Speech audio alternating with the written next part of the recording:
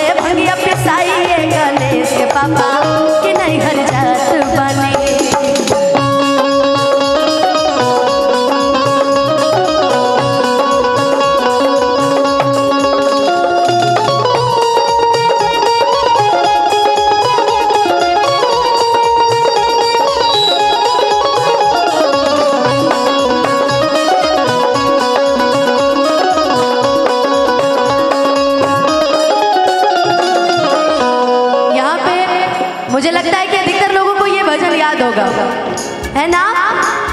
गदबा के सांप राउर मारे फुफकारी पिए खाती दूध मांगे समझी लाचारी।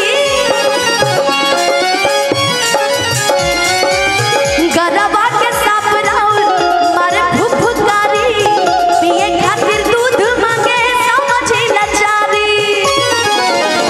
लइका दूध गोबा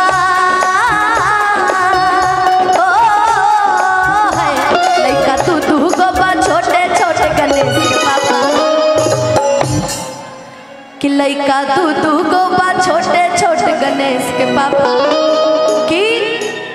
कि नहीं हर तो जाइबू नहीं हर है करबे गद्दारी कि लइका दूधू गोबा छोटे छोटे गणेश के पापा कि नहीं हर जात ओ मले हमर कलाइए गणेश के पापा सच कही बात मानी।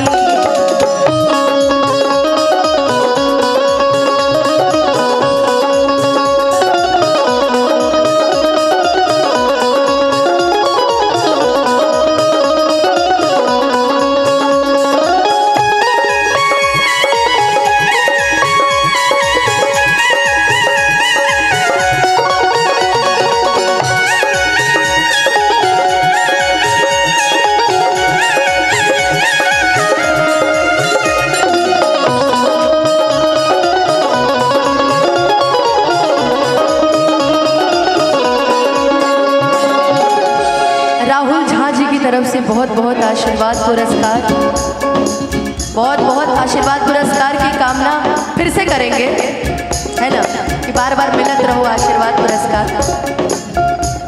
ना हमसे भंगिया ओ ना हमसे भंगिया पिसाइए गणेश के पापा।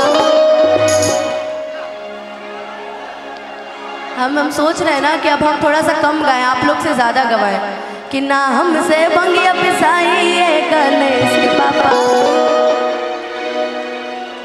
कि नहीं हर जात बनी दुखाला कोमल हमर कलाइए गणेश के पापा सच कही बात मानी। ना हमसे भंगिया पिसाइए गणेश के पापा कि नहीं हर जात बनी दुखाला कोमल हमर कलाइए गणेश के पापा